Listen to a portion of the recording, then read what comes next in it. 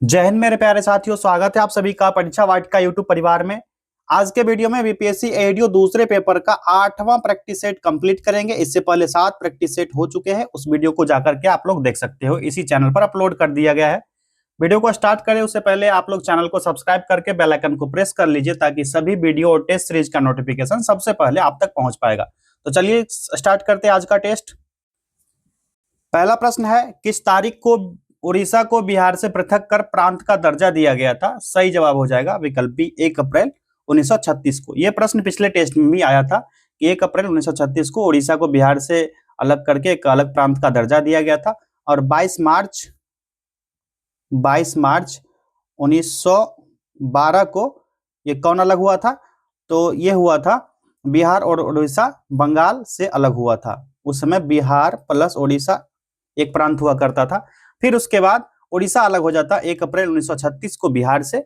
उसके बाद 15 मार्च 2000 ईस्वी को फिर बिहार से झारखंड जो बिहार का हिस्सा हुआ करता था, 15 मार्च 2000 को बिहार से अलग हो जाता है झारखंड। ठीक है। नेक्स्ट क्वेश्चन है, मुद्रास्फीति अन्यायपूर्ण है परंतु अपस्फीति अनुचित अक्षम्य है, यह किसने कहा? करेक्ट आंसर हो जाएगा विकल्प सी, जे.एम. केन्स ने। निम्नलिखित में से कौन बुनियादी मूल्य सभी नेताओं द्वारा भारत के संविधान पर विचार विमर्श हेतु संविधान निर्मात्री सभा के मिलने से बहुत पहले ही स्वीकार कर लिया गया था? करेक्ट आंसर है, ये हो जाएगा सार्वभौम वयस्क मताधिकार, ठीक, स्वतंत्र और समानता का अधिकार, अल्पसंख्यकों के अधिकारों का संरक्षण, ये सभी हो जाएंगे। तो एक से अधिक हो जाएगा ना, उपर्युक्त में से एक से अधिक, विकल्प डी इसका सही जवाब हो जाएगा। सामाजिक तथा शैक्षणिक रूप से पिछड़े वर्ग के आरक्षण हेतु भारत सरकार के 13 अगस्त 1990 के आदेश की वैधता निम्नलिखित में से किस वर्ष निर्णीत हुई थी? सही जवाब है, यह हुआ था 1992 ईस्वी में। कब? 13 अगस्त 1990 में आदेश हुआ और 1992 में यह पारित हो गया था, निर्णय ले लिया गया था। जन शिकायत और पेंशन मंत्रालय ने भारत के सभी सरकारी पद और सेवाओं में सामाजिक शैक्षणिक रूप से पिछड़े वर्ग को 27% आरक्षण देने के मंडल आयोग की सिफारिश को लागू किया था। नेक्स्ट क्वेश्चन, वलय क्रिया जिसको फोल्डिंग कहते हैं, इसका परिणाम है, तो ये किसका परिणाम हो जाएगा? तो पर्वत निर्माण कार्य, किसको? ऑर्गेनेटिक का। ठीक, विकल्प सी सही जवाब है। तेलंगाना राज्य निम्नलिखित में से किन राज्यों के समूह से घिरा हुआ है? ये हो जाएगा महाराष्ट्र, कर्नाटक, आंध्र प्रदेश और छत्तीसगढ़। सही ऑप्शन कौन सा? विकल्प सी। चलिए नेक्स्ट है, भारतीय राष्ट्रीय कांग्रेस के पहले अध्यक्ष कौन थे? इनका नाम था WC बनर्जी। 72 प्रतिनिधि ने भाग लिया था। 28 दिसंबर 1885 को इसकी स्थापना हुई थी, भारतीय राष्ट्रीय कांग्रेस। ठीक। नेक्स्ट क्वेश्चन है, बिहार के किस जिले में धान का उत्पादन सर्वाधिक होता है? रोहतास में सबसे अधिक होता है। 2023-24 का एक गणना आया था जिसमें धान उत्पादन में अग्रणी जिला में रोहतास 1 नंबर पर था। उसके बाद सेकेंड पर आया था औरंगाबाद, ठीक, बिहार का। औरंगाबाद दूसरे स्थान पर था। तीसरे स्थान पर कैमूर था। थर्ड स्थान पर कैमूर जिला था बिहार का। नेक्स्ट क्वेश्चन देखा जाए। चलिए, बिहार में घाघरा नदी गंगा नदी से कहां पर मिलती है? यह मिलती है रेवलगंज में। कहां पर? रेवलगंज में। तिब्बत नेपाल से होकर भारत में बहने वाली है घाघरा, जिसको सरयू कर्नाली नदी के नाम से भी जाना जाता है। और भारत के बिहार राज्य का जो रेवलगंज स्थान है वहां से गंगा में मिल जाती है। घाघरा नदी जो गंगा की एक प्रमुख सहायक नदी भी मानी जाती है। नेक्स्ट क्वेश्चन है, बिहार के निम्न नदियों में से कौन सी एक नदी अमरकंटक से उत्पन्न होती है? इसका नाम है सोन नदी। ठीक है, कौन सी? सोन नदी। मध्य प्रदेश के अनूपपुर जिला में जो अमरकंटक है यहां से निकलती है और अमरकंटक से निकलकर 780 किलोमीटर की दूरी तय करके बिहार के पटना में कहां मिलती है? गंगा नदी में मिल जाती है ये सोन नदी। नेक्स्ट क्वेश्चन है, बिहार में बहने वाली पवित्र नदी फल्गु निम्नलिखित में से किन नदियों के संगम से बनी है?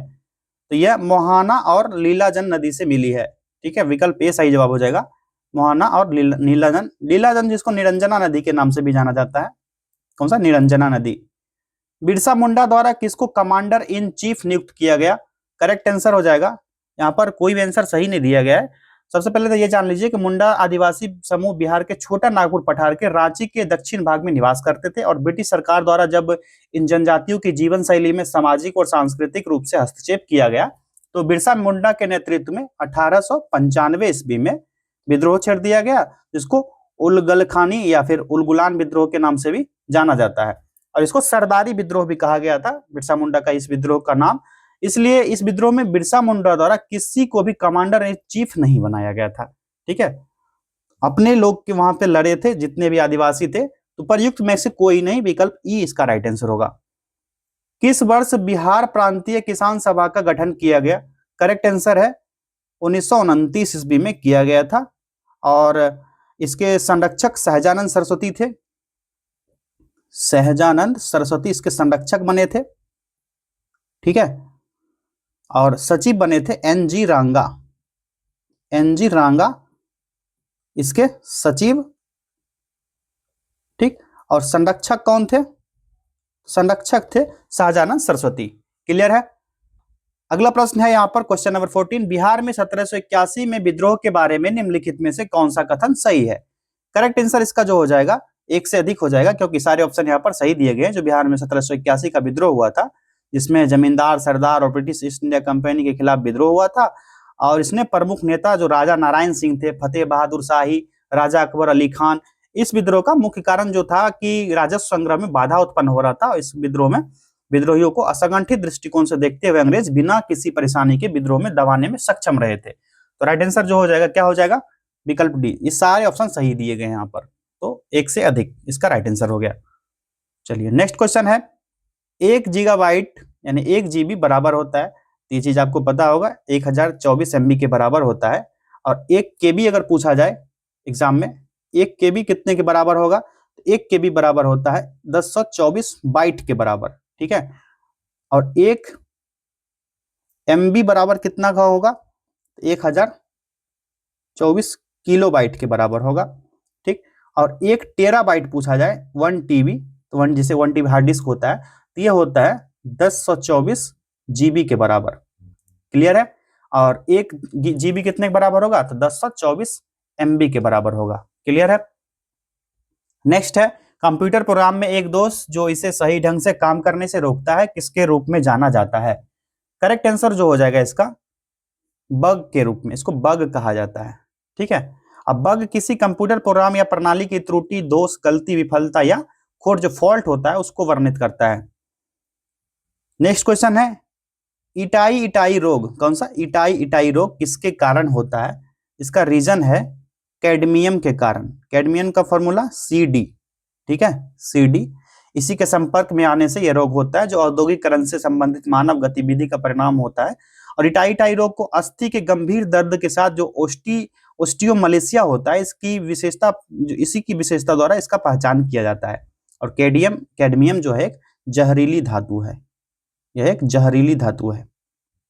ठीक है, कौन सा? कैडमियम। अगला प्रश्न, लवणता युक्त वातावरण प्रेमी पौधों को क्या कहते हैं? सही जवाब हो जाएगा इसका लवण मृदोद्भिद। ठीक है, चलिए आगे बढ़ते हैं। अब लेग्यूमिनस पौधों में नाइट्रोजन स्थिरीकरण के लिए कौन सा वर्णक आवश्यक होता है? करेक्ट आंसर है लेग हीमोग्लोबिन, विकल्प बी इसका राइट आंसर हो गया। अगला प्रश्न है, निम्न में से कौन सी क्रिया पृथ्वी पर हो रहे कार्बन चक्र में ऑक्सीजन को बढ़ाती है? सही जवाब है विकल्प डी, प्रकाश संश्लेषण। किस एंजाइम की उपस्थिति में ग्लूकोज और फ्रुक्टोज C2H5OH में परिवर्तित होता है? इसका कौन सा अभिक्रिया होगा? तो ये होता है जाइमेज। ठीक है, जाइमेज एंजाइम की उपस्थिति में होता है ये ग्लूकोज या फ्रुक्टोज, जिसका फॉर्मूला C2H5OH यानी कि इथेनॉल में परिवर्तित होता है। इसको इथेनॉल कहा जाता है, इथेनॉल ग्रुप का है। ठीक है, और एंजाइम प्रोटीन से बने होते हैं, यह शरीर में होने वाली जैविक रासायनिक प्रक्रियाओं में सहायता करते हैं, और माल्टेज जो होते हैं एंजाइम वसा का पाचन करता है। ये भी चीज क्लियर है आपको। नेक्स्ट है, दूध किसका घटिया स्रोत है? किसका घटिया स्रोत होगा? ये होता है विटामिन C का। ठीक है, क्योंकि इसे फट जाएगा दूध। नेक्स्ट है, निम्नलिखित में से कौन सा मुख्यतः कार्बोहाइड्रेट है?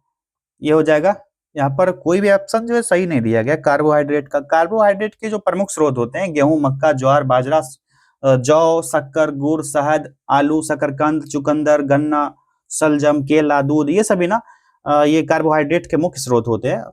और ये जो चावल है ना, विकल्प C ये नहीं होगा, ये सब भी कोई भी नहीं होगा, प्रयुक्त में से कोई नहीं इसका राइट आंसर हो जाएगा। ठीक है, कि जो सोर्स है इसके मैंने बता दिया आपको, वीडियो को बैक करके सुन लीजिएगा।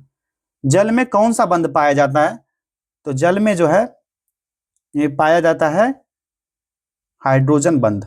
ठीक है, क्योंकि पानी के अणु में ऑक्सीजन जो होता है परमाणु और हाइड्रोजन परमाणु सहसंयोजक बंधक में इलेक्ट्रॉन को साझा करते हैं, और ऑक्सीजन परमाणु हाइड्रोजन की तुलना में इलेक्ट्रॉन को थोड़ा अधिक मजबूती से आकर्षित करने का काम करता है। नेक्स्ट क्वेश्चन है, कौन सा यौगिक विंटर ग्रीन तेल कहलाता है? इस यौगिक का क्या नाम है? Methyl salicylate. यूरिया की पहचान की जा सकती है किसके द्वारा? तो बायूरेट परीक्षण द्वारा। निम्नलिखित में से कौन सी सिरके का संगठन है? सिरके का संगठन हो जाएगा पानी में एसिटिक एसिड का 5 से 8% तक का घोल। विकल्प डी राइट आंसर हो गया। नाभिकीय विखंडन किसके संघात के कारण होता है? सही जवाब है न्यूट्रॉन के कारण। अगला प्रश्न, आयोडीन कृत लवण में रहता है, इसमें पाया जाता है पोटेशियम आयोडाइड। कार के बैटरी में प्रयोग होने वाला अम्ल है, ये कौन सा अम्ल होता है? इसमें सल्फ्यूरिक एसिड का यूज किया जाता है। प्लूटोनियम न्यूक्लाइड, इसका यहाँ पर इलेक्ट्रॉनिक विन्यास भी दिया गया है। इसके नाभिक में न्यूट्रॉनों की संख्या कितनी होगी? तो इसमें न्यूट्रॉन जो होते हैं ये होते हैं 148 न्यूट्रॉन होते हैं। ठीक है, 148। ठीक है, इसको माइनस कीजिए। ठीक है, कितना होगा? 148।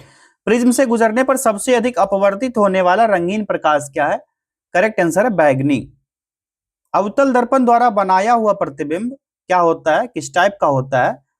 तो ये जो होता है ना, किसी भी स्थिति के आधार पर वास्तविक, आभासी और उल्टा हो सकता है। यदि मान चलिए वस्तु अनंत पर रखी होगी तो प्रतिबिंब अवतल दर्पण पर उल्टा और वास्तविक बनेगा, और वस्तु की स्थिति अगर अवतल दर्पण के फोकस और सेंटर यानी ध्रुव के बीच होगा तो दर्पण द्वारा जो है निर्मित प्रतिबिंब जो होगा आकार में बड़ा होगा, सीधा होगा और आभासी होगा। तो ऐसी स्थिति में दर्पण का प्रतिबिंब जो है ना दर्पण के पीछे बनता है। ठीक है, दर्पण के पीछे बनेगा। तो यहाँ पर कोई भी ऑप्शन जितना मैंने बताया दिया ही नहीं गया, विकल्प ई इसका राइट आंसर होगा। ठीक है, उपर्युक्त में से कोई नहीं। कैसा प्रतिबिंब बनेगा मैंने अभी बताया आपको, यहाँ पर लिख नहीं सकते, उतना स्पेस ही नहीं है, आप लोग सुन लीजिएगा। सितारों के चमकने की प्रकाशीय प्रक्रिया निम्नलिखित में से किसके कारण होती है? करेक्ट आंसर है विकल्प बी, वातावरणीय अपवर्तन के कारण। नेक्स्ट है, ऑडियोमीटर क्या नापता है? तो ऑडियोमीटर में ध्वनि की तीव्रता नापी जाती है। यदि बल को न्यूटन में और दूरी को मीटर में प्रदर्शित किया जाए तो किए हुए कार्य को प्रदर्शित किया जाएगा।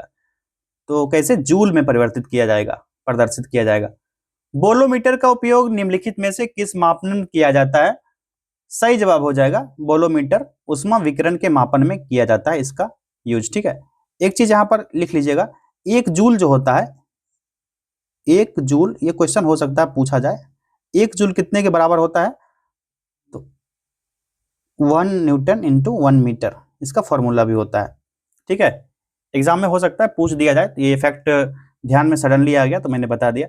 चलिए नेक्स्ट क्वेश्चन है, केंद्रीय सरकार द्वारा राज्य तथा स्थानीय निकायों का पूंजीगत परिसंपत्ति के विकास के लिए दिया गया अनुदान केंद्रीय बजट में किसके अंतर्गत वर्गीकृत किया जाता है? राइट आंसर हो जाएगा राजस्व व्यय में।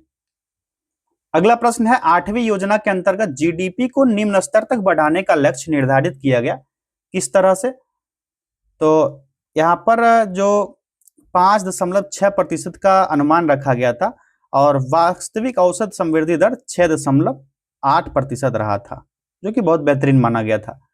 1991 की नई आर्थिक नीति का लक्ष्य क्या था? इसका मोटिव था कि उदारीकरण, भूमंडलीकरण, निजीकरण, जिसको एलपीजी भी कहा जाता है, लिबरलाइजेशन, प्राइवेटाइजेशन और ग्लोबलाइजेशन। ठीक है, इनमें से सभी, विकल्प ई इसका राइट, विकल्प डी होगा राइट आंसर। ठीक है, सभी। अगला प्रश्न है, भारतीय योजना आयोग के पदेन अध्यक्ष एक्स ऑफिसियो होते हैं, ये कौन होते हैं? तो प्रधानमंत्री होते हैं। योजना आयोग की स्थापना कब हुई थी? 1950 ईस्वी में इसकी स्थापना हुई थी। प्रधानमंत्री योजना आयोग का अध्यक्ष कौन होते हैं? जो प्रथम अध्यक्ष बने थे जवाहरलाल नेहरू, क्योंकि इसका अध्यक्ष पदेन होता है जो कि प्रधानमंत्री होते हैं। अगला प्रश्न है, अंत्योदय कार्यक्रम का उद्देश्य क्या है?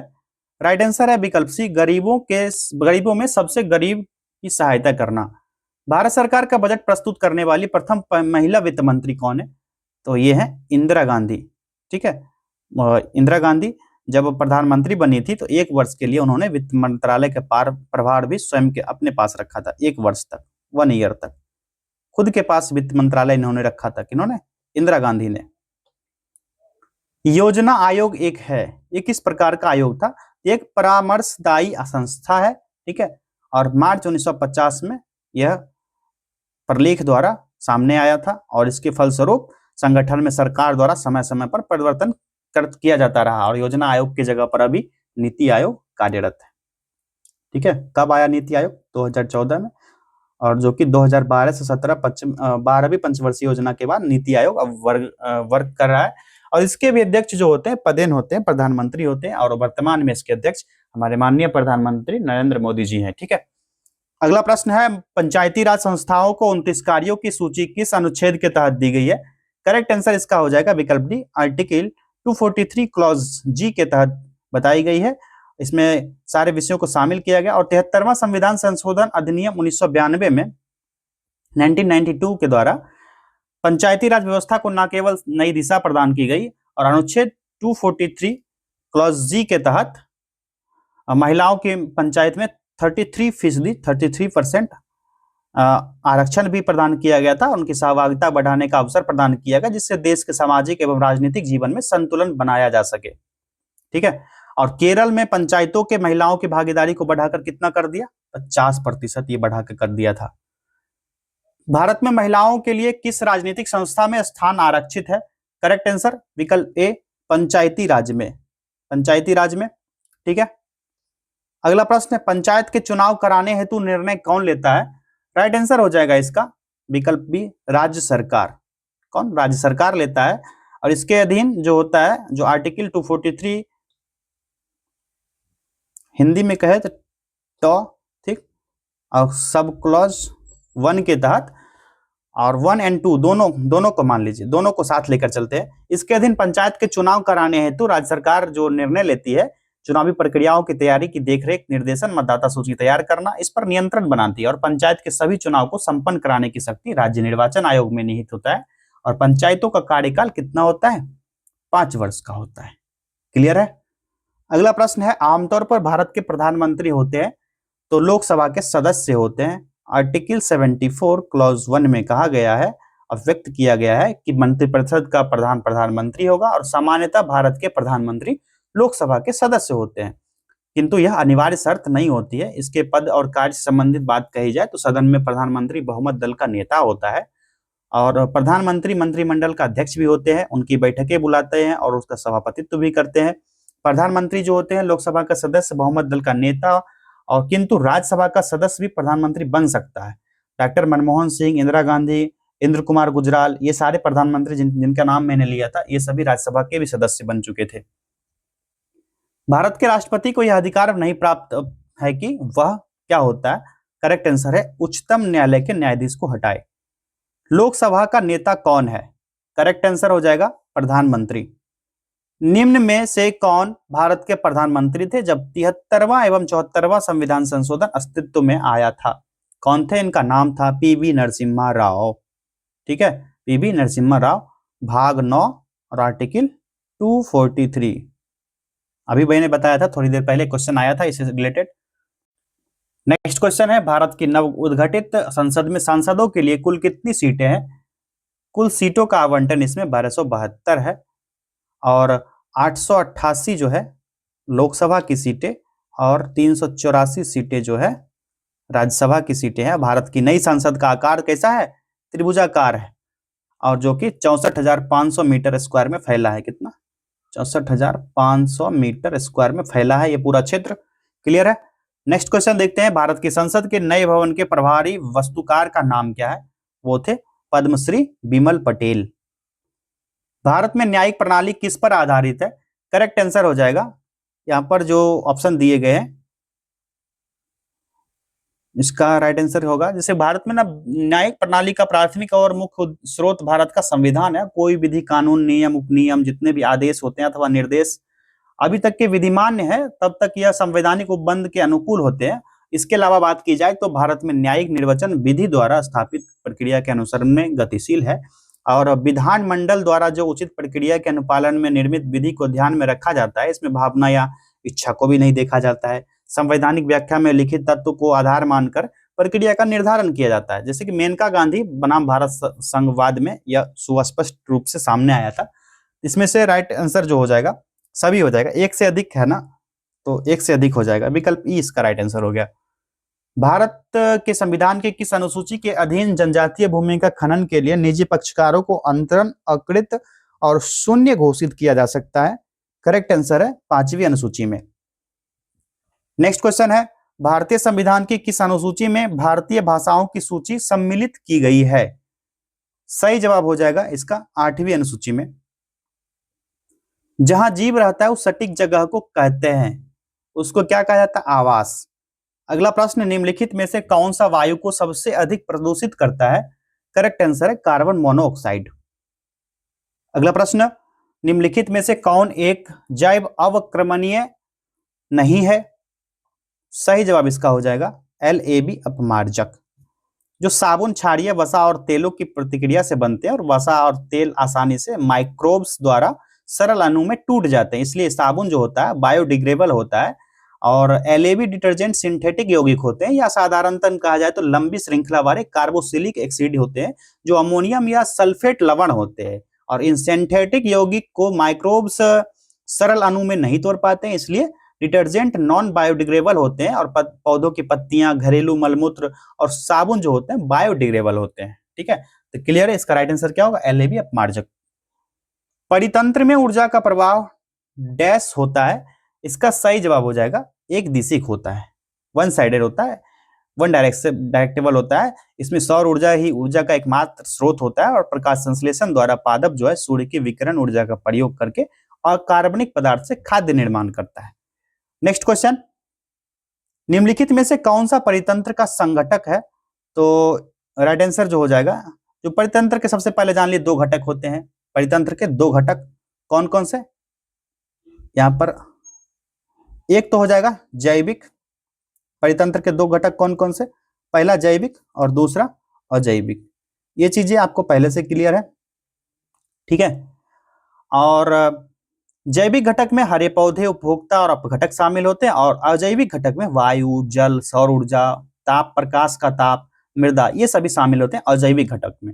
यहाँ जो क्वेश्चन कहा जा रहा है कौन सा परितंत्र का संघटक है, तो एक से अधिक जंतु, पादप और सूक्ष्मजीव सारे शामिल हो जाएंगे। एक से अधिक इसका राइट आंसर हो गया विकल्प डी। निम्नलिखित में से कौन सी गैस लैंडफिल से उत्पन्न होती है? इसका नाम है CH4, ठीक है, मीथेन। CH4 इसको मीथेन कहा जाता है। अगला प्रश्न है, भारतीय जनगणना 2011 के अनुसार बिहार राज्य में लिंगानुपात क्या है? करेक्ट आंसर हो जाएगा 918। 1000 पुरुष पर 918 महिलाएं। भारतीय जनगणना 2011 के अनुसार पुरुषों एवं स्त्रियां दोनों में प्रतिशत साक्षरता किस राज्य की न्यूनतम है? करेक्ट आंसर हो जाएगा बिहार की, ठीक है। बिहार का साक्षरता प्रतिशत में स्थान इसमें से सबसे कम है। अरुणाचल प्रदेश का 65.4% है, ठीक। और बिहार का जो है 61.8%, ठीक। और आंध्र प्रदेश का 67% है। जम्मू कश्मीर की बात कही जाए तो 67.2%। इनमें जो ऑप्शन दिया गया है ना, इसमें से सबसे कम जो साक्षरता है बिहार का है 61.8%। और पुरुष, बिहार में अगर पुरुष का साक्षरता दर पूछा जाए तो इन 61.8% में जो है 71.2% मेल का और फीमेल का 51.51% फीमेल, ठीक है। बिहार में साक्षरता दर, पुरुष का साक्षरता दर 71.2% और महिलाओं का साक्षरता दर 51.51% महिलाओं का साक्षरता दर है बिहार में। अगला प्रश्न है, भारत के वे राज्य केंद्र शासित प्रदेश जहां 2011 की जनगणना के अनुसार अनुसूचित जाति और अनुसूचित जनजाति जनसंख्या का प्रतिशत उनकी कुल जनसंख्या में सबसे अधिक है, ये कहां का है? तो सही जवाब इसका हो जाएगा पंजाब और लक्षद्वीप का, ठीक है। और पंजाब में अनुसूचित जाति की कुल आबादी 31.9% है, जो कि सबसे अधिक है। और इसी तरह अनुसूचित जनजाति का उच्चतम प्रतिशत लक्षद्वीप में 94.8% है, ठीक है। क्लियर। अब शादी शैलों के लिए निम्नलिखित में से कौन सा कथन असत्य है, कौन सा रॉन्ग स्टेटमेंट दिया गया है? ये हो जाएगा, ये शैलें जल में नहीं निर्मित हो सकती है, क्योंकि अवसादी शैलें वे शैलें होती है जिनकी संरचना या ताप या दाब पर निर्भर करती है, और ये शैलें परतदार और अक्रिस्टलीय प्रकृति की होती है।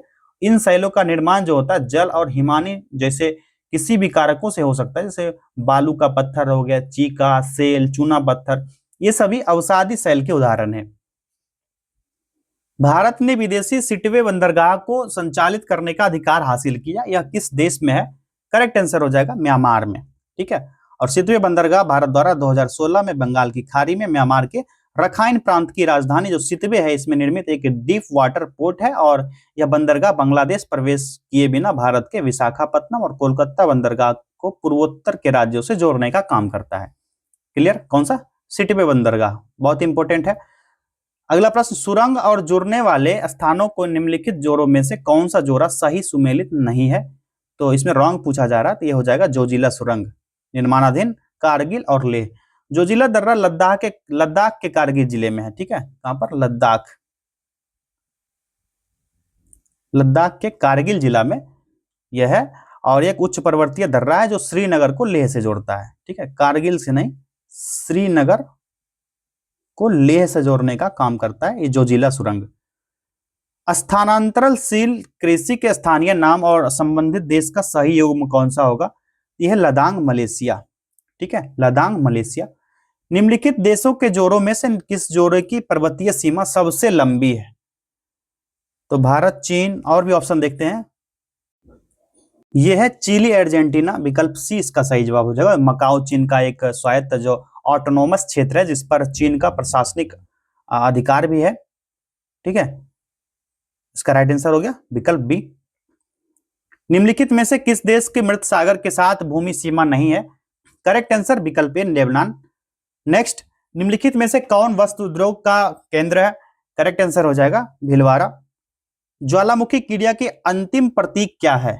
राइट आंसर विकल्प सी हो जाएगा धुआंरे वातिमुख। ठीक है, और यह एक आकस्मिक घटना होती है ज्वालामुखी जिसमें भूपटल पर अचानक विस्फोट होता है जिसके माध्यम से लावा, गैस, राख, कंकर, पत्थर, धुआं ये सभी बाहर निकलते हैं। नेक्स्ट क्वेश्चन है, बाढ़ को रोकने के लिए सबसे उत्तम विधि क्या है? इनमें से बताइए कौन सा सबसे उत्तम विधि है? राइट आंसर हो जाएगा वनारोपण। बाढ़ को रोकने के लिए सबसे उत्तम विधि वन का रोपण है। पेड़ पौधे को लगाना चाहिए और पानी के प्रवाह की गति को धीमा करता है पेड़ पौधा, तथा मिट्टी के कटाव को भी कम करने में हेल्प करता है।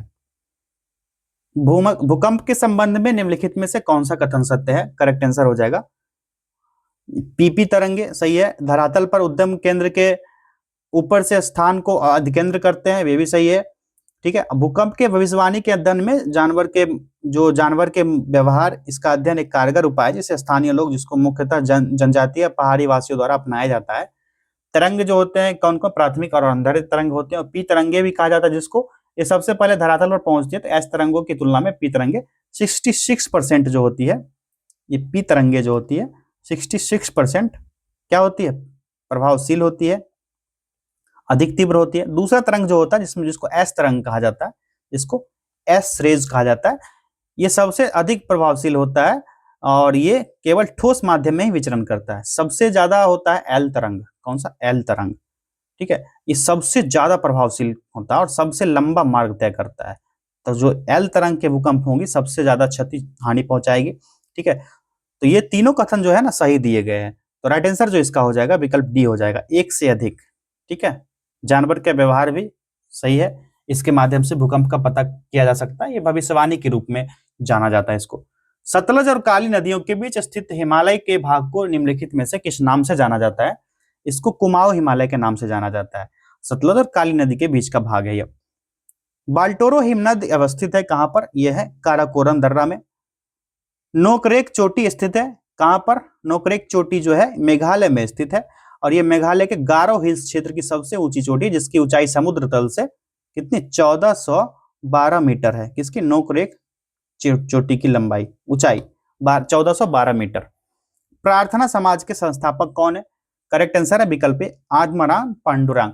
साथियों, आपकी जानकारी के लिए बता दूं कि आज इसी चैनल पर 800 प्रश्न का जो मॉडर्न हिस्ट्री का जो क्वेश्चन है वो डाला गया है। 800 मॉडर्न हिस्ट्री के क्वेश्चन सभी टॉपिक से कवर कराया गया। उस टेस्ट को जाकर के देखिए, उसमें बहुत ही अच्छे अच्छे प्रश्न डाले गए, जैसे कि प्रीवियस ईयर में क्वेश्चन जो आता है ना उसका 4 विकल्प रहता है, तो जो उसका राइट आंसर हो गया तो वो रिपीटेड क्वेश्चन आएंगे, 2-3 ही आएंगे, बाकी जो क्वेश्चन होंगे उसी से संबंधित क्वेश्चन बनेंगे, तो उसी तरह तैयार किया गया है वो 800 प्रश्न। ठीक है, उसको जरूर देखिए आप, क्योंकि जो भी बच्चे एडीओ की तैयारी कर रहे हो और और भी एग्जाम है जैसे हाल फिलहाल में होने वाला है, बिहार एसएससी का भी एग्जाम होने वाला है, उसके बाद सीटेट की तैयारी जो बच्चे कर रहे हैं, एनटीपीसी की कर रहे होंगे, तो इन सभी बच्चों के लिए ना ये बहुत ही उपयोगी साबित होने वाला। अगर आप लोग इस एग्जाम की तैयारी कर रहे हो तो आप लोग ये टेस्ट जरूर जा करके देखिए, आपको बहुत ही हेल्प कर होने वाला है उस टेस्ट से। 800 प्रश्न उसमें करवाए गए हैं। ठीक है, चलिए बढ़ते हैं आगे। अब भारत में नारी आंदोलन इसकी प्रेरणा से प्रारंभ हुआ, किसकी प्रेरणा से हुआ था? तो यह हुआ था ज्योतिबा फूले की प्रेरणा से। 19वीं सदी में महान समाज सुधारक और स्त्री शिक्षा के प्रबल समर्थक हुआ करते थे। उन्होंने अपनी जो पत्नी है उनका नाम था सावित्री देवी। ठीक है, क्या? सावित्री देवी। इनके सहयोग से बालिका शिक्षा हेतु 1848 ईस्वी में 1848 में पूना में विद्यालय स्थापित किया। उन्होंने विधवा विवाह का समर्थन किया और निर्धन और असहाय स्त्री के लिए एक प्रसूति गृह भी स्थापित किया। उन्होंने सामाजिक कुरीति के विरोध में अनेक पुस्तकें भी लिखी, जिसमें गुलामगिरी प्रमुख है। ज्योतिबा फूले की एक पुस्तक है जिसका नाम है गुलामगिरी। ठीक है, पूछा जाए गुलामगिरी के लेखक ज्योतिबा फूले हैं। ठीक है, और सत्यशोधक समाज और दीनबंधु समाज सार्वजनिक सभा की नींव भी इनके द्वारा ही रखा गया था। नेक्स्ट क्वेश्चन है, बंगाली जो कलकत्ता का एक प्रसिद्ध समाचार पत्र था, किसने प्रारंभ किया था? करेक्ट आंसर हो जाएगा सुरेंद्र नाथ बनर्जी के द्वारा 1879 में प्रारंभ किया गया।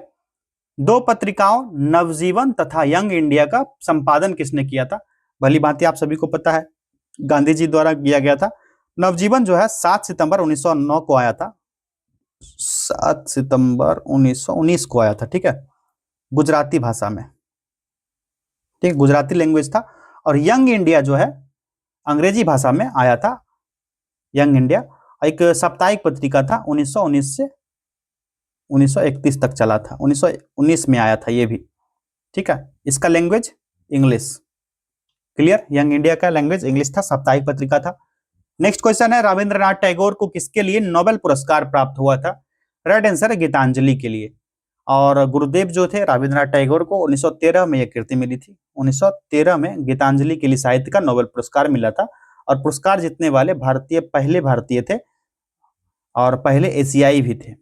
एशिया के पहले व्यक्ति और भारत के पहले व्यक्ति। ठीक, 1857 का विद्रोह लखनऊ में किसके नेतृत्व में आगे बढ़ा? आगे क्वेश्चन 1857 का 2-3 प्रश्न इससे बन जाते हैं। तो राइट आंसर इसका हो जाएगा विकल्प ए, बेगम ऑफ अवध। अवध की बेगम के द्वारा 4 जून 1857 को, 4 जून 1857। नेक्स्ट, प्रभावती देवी किस क्षेत्र की स्वतंत्रता संग्राम सेनानी थी? राइट आंसर हो जाएगा पटना की। ठीक है, और दिसंबर 1856 में सरकार ने पुराने लोहे वाली बंदूक जो ब्राउन थी, ब्राउन ब्रेस, इसके स्थान पर नई एनफील्ड राइफल को, जो कि सबसे अधिक अच्छी थी, प्रयोग का निश्चय लिया था अंग्रेजों ने। इसके प्रयोग का प्रशिक्षण दमखम जो है, दमदम, अंबाला, स्थालकोट में दिया जाना था। और इस चर्बी वाले कारतूस में गाय और सुअर के चर्बी के प्रयोग की आशंका हुई। और 1857 का विद्रोह जो हुआ था इसी के तात्कालिक कारण के कारण हुआ था, चर्बी वाला कारतूस। अंग्रेजी भारतीय सेना में चर्बी वाले कारतूस के चलने वाले एनफील्ड राइफल कब शामिल की गई थी? करेक्ट आंसर हो जाएगा कब? दिसंबर 1856 में। नेक्स्ट, बंगाल में एक नए भू अभिजात वर्ग की स्थापना किसने की? राइट आंसर हो जाएगा मुर्शिद कुली खान के द्वारा यह स्थापना किया गया। जो इजारेदारी प्रणाली की शुरुआत भी इसी ने की थी। इजारेदारी प्रणाली की शुरुआत किसके द्वारा? तो मुर्शिद कुली खान के द्वारा। सबसे पहले कौन सी परिघटना हुई? इनमें से सबसे पहले कौन सा हुआ? तो बताइए कौन सा हुआ था? नादिर शाह का आक्रमण, 1739 नादिर शाह का आक्रमण। ठीक, पलासी का युद्ध कब हुआ था? 23 जून 1757। 23 जून 1757 पलासी का युद्ध होता है। और बक्सर का युद्ध 22 अक्टूबर 1764 को हुआ था ना। पानीपत का तीसरा लड़ाई 14 जनवरी 1761। 14 जनवरी 1761। ठीक है, तो सबसे पहले 1739 में नादिर शाह का आक्रमण होता है। और इस आक्रमण में नादिर शाह ने दिल्ली को लूटा और बर्बाद करके रख दिया। शाहजहां द्वारा बनवाया गया मयूर सिंहासन भी अपने साथ ले गया। ठीक है, नेक्स्ट क्वेश्चन है, किसकी सहायता से हैदर अली ने 1755 में डिंडीगुल में एक आधुनिक शस्त्रागार की स्थापना की थी? राइट आंसर हो जाएगा फ्रेंच विशेषज्ञ के। भारत में कागज का प्रयोग कब से प्रारंभ हुआ? राइट आंसर 12वीं शताब्दी में आरंभ हुआ और भारत में उपलब्ध जो कागज पर लिखी गई सबसे प्राचीन संस्कृत पुस्तक है पंचरक्ष है। उस पुस्तक का नाम है, कागज पर जो लिखा गया पंचरक्ष उसका नाम है। ये याद रखिएगा फैक्ट आप। दीवान ए इंसा का संबंध था। दीवान ए इंसा क्या हुआ करता था? शाही पत्र व्यवहार से संबंधित था यह। और दीवान ए रियासत जो हुआ करता था उसी से संबंधित, जो विदेशी भाग में विदेशी मामला से संबंधित विभाग था। और दीवान ए अर्ज जो था सैन्य विभाग से संबंधित था। इसका मुखिया जो होता है अरीज ए मामलिक कहलाता था। ठीक है, ये सारे फैक्ट्स भी आप लोग सुन लीजिएगा। नेक्स्ट क्वेश्चन है, दिल्ली सल्तनत के दौरान मुकद्दम या चौधरी पद का इस्तेमाल किनके द्वारा किया जाता था? किनके लिए किया जाता था? तो गांव के सरपंच के लिए किया जाता था, मुकद्दम या चौधरी। ठीक है, और ये राज्य किसानों के बीच वंशानुगत मध्यस्थ के रूप में कार्य करते थे और इन्हें इनके कार्य क्षेत्र में राजस्व संग्रह का कार्य सौंपा गया था, जिससे पारिश्रमिक प्राप्त इनको दिया गया था। प्रतिनूतन काल समाप्ति की तिथि क्या है? ये बहुत ही बेहतरीन क्वेश्चन है। जो प्लिस्टोनेसेंस काल होता था 25.8 लाख वर्ष पहले, 25.8 lakhs ईयर एगो। ठीक है, और 11,700 वर्ष बीसी तक का माना जाता है। कितना? 11,700 बीसी तक, लगभग 10,000 वर्ष पूर्व मान लीजिए। ठीक है, विकल्प बी सही जवाब होगा। और जिसकी समाप्ति जो तिथि रेडियन कार्बन पद्धति में माना गया 10,000 कार्बन वर्ष, 14 वर्ष बीसी। ठीक है, रेडियो कार्बन पद्धति के अनुसार यह व्यक्त किया गया। इसमें यंगर ड्राइस कोल्ड स्पेल को शामिल करने के लिए दोहरा ग्लेशियर की नवीनतम अवधि भी शामिल है और छोटी ड्राइस का अंत लगभग माना जाता है 9640 ईसा पूर्व। क्लियर? आजीवक संप्रदाय के संस्थापक कौन थे? उनका नाम था मक्खली गोसाल, विकल्प डी। ठीक है, मक्खली गोसाल। और इनके अनुयायक का नाम क्या था? आजीवक। इनके ही अनुयायक थे आजीवक। किसके? मक्खली गोसाल के अनुयायी आजीवक थे। और इस संप्रदाय के लोग कर्म सिद्धांत मानव प्रयत्न में विश्वास नहीं करते थे। और मक्खली गोसाल जो महावीर के साथी थे और नियतिवाद और जैन धर्म में उनकी आस्था थी। और संप्रदाय मौर्य काल में लोकप्रिय हुआ। और आजीवक का उल्लेख जो है पतंजलि ने भी किया है। इसका उल्लेख पतंजलि ने किया था। इनका? आजीवक का। चलिए नेक्स्ट क्वेश्चन देखते हैं, निम्नलिखित में से कौन सबसे पूर्वकालिक जैन ग्रंथ कहलाता है? राइट आंसर हो जाएगा विकल्प सी 14 पूर्व। ठीक है, 14 पूर्व। जो जैन धर्म के वास्तविक संस्थापक किनको माना जाता है? महावीर स्वामी को। और मौलिक सिद्धांत में महावीर के शिष्य ने 14 पूर्वों या 14 पर्व थे इसमें संकलित किया गया। और यही 14 पूर्व या पर्व जैन धर्म में प्राचीनतम ग्रंथ के रूप में माना जाता है, जिसमें 12 अंग और उपांग शामिल होते हैं। ठीक है, 12 अंग और उपांग जैन धर्म से ही संबंधित है। और जैन धर्म कल्प सूत्र को भद्रबाहु ने लिखा था। जैन धर्म का एक महत्वपूर्ण ग्रंथ है कल्प सूत्र, इसको लिखा था किसने? भद्रबाहु ने। और जैन धर्म के प्रथम तीर्थंकर कौन थे? तो फर्स्ट थे ऋषभदेव। ये सारे ना फैक्ट्स पूछे जाने वाले हैं और तो बहुत सारे फैक्ट हैं। और जो एंशिएंट हिस्ट्री का क्लास चल रहा है उसको देखे जाकर, उसमें डिटेल्स में बताया जा रहा। जैन धर्म में कितने अनुव्रत हैं? अनुव्रत जैन धर्म में कितने हैं? 5 अनुव्रत है। क्लियर? निम्नलिखित में से कौन सी बात बौद्ध धर्म या जैन धर्म में समान नहीं है? राइट आंसर हो जाएगा आत्मदमन। आत्मदमन में विश्वास करता है जैन धर्म, किसमें? आत्मदमन में। और बौद्ध धर्म जो है आत्मदमन में गहरी आस्था नहीं रखता है। जैन और बौद्ध धर्म में कुछ समानताएं भी, जैसे दोनों धर्म में यज्ञ कर्मकांड होते हैं। यज्ञ कर्मकांड दोनों में होते हैं, ये समानता है। ठीक, नेक्स्ट क्वेश्चन, दूसरी शताब्दी के आसपास रचित संस्कृत के शिलालेख के अनुसार सुदर्शन झील एक कृत्रिम जलाशय की मरम्मत किसने की थी? तो ये जूनागढ़ अभिलेख जो 150-51 ईस्वी के अनुसार रुद्रदमन प्रथम के द्वारा करवाया गया था। रुद्रदमन फर्स्ट के द्वारा करवाया गया। और सुदर्शन झील के मरम्मत कराने का उल्लेख वहीं से प्राप्त होता है। और इस झील का निर्माण जो है चंद्रगुप्त मौर्य के प्रांतीय शासक पुष्यगुप्त ने कराया था। इसने पुष्यगुप्त के द्वारा इस झील का निर्माण करवाया गया था। चलिए नेक्स्ट क्वेश्चन है, कौन सी पुस्तक बिंदुसार को एक अविष्टक क्षत्रिय वर्णित करती है? दिव्यावदान।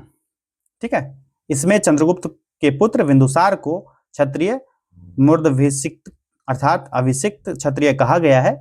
और बिंदुसार जो है मौर्य साम्राज्य के दूसरे शासक थे। इनका शासन काल जो था 298 से 273 ईसा पूर्व माना जाता है। ठीक है। और बिंदुसार को अमित्रघात भी कहा जाता है। अमित्रघात किनको? बिंदुसार को अमित्रघात के नाम से भी जाना जाता है। आखिरी प्रश्न, मौर्य काल में कंटक शोधन न्यायालय किस प्रकार का न्याय करता था? इसका सही जवाब आप लोग बताइए क्या होगा। तो मौर्य, सबसे पहले जान लीजिए मौर्य काल में 2 प्रकार के न्यायालय का उल्लेख मिलता है। एक तो धर्मस्थीय, पहला धर्मस्थीय, और दूसरा न्यायालय कंटक शोधन न्यायालय हुआ करता था। तो न्यायालय के अतिरिक्त जो राजा और संघ भी हुआ करता था, और धर्मस्थीय न्यायालय जो होता था दीवानी न्यायालय की तरह कार्य कर, ये जो है ना दीवानी न्यायालय हुआ करता था। ठीक है, दीवानी न्यायालय की तरह वर्क करता था ये धर्मस्थीय न्यायालय। क्लियर है। और कंटक शोधन न्यायालय जो फौजदारी न्यायालय से संबंधित था। ठीक है, विकल्प बी, कंटक शोधन फौजदारी न्यायालय से संबंधित। और मौर्य काल में समाहर्ता राजस्व विभाग का प्रधान महासंग्रहकर्ता हुआ करता था। और मौर्य काल में शासकीय भूमि से प्राप्त आय को सीता कर कहा गया। क्या? सीता टैक्स या सीता कर कहा जाता था। और सर्वाधिक प्रसिद्ध केंद्र जो था शिक्षा का, तक्षशिला, इस काल का तक्षशिला था। और कौटिल्य का अर्थशास्त्र भी इसी काल का 15 अधिकरण में विभक्त था। तो ये सारे प्रश्न 100 प्रश्नों को कवर कर लिया हम लोगों ने। वीडियो को शेयर कर दीजिए अपने वीडियो की तैयारी करने वाले सहपाठियों के बीच, और चैनल को सब्सक्राइब कर लीजिए और बताइए कि कितने प्रश्न आपसे सही हो पाए। बहुत बहुत धन्यवाद।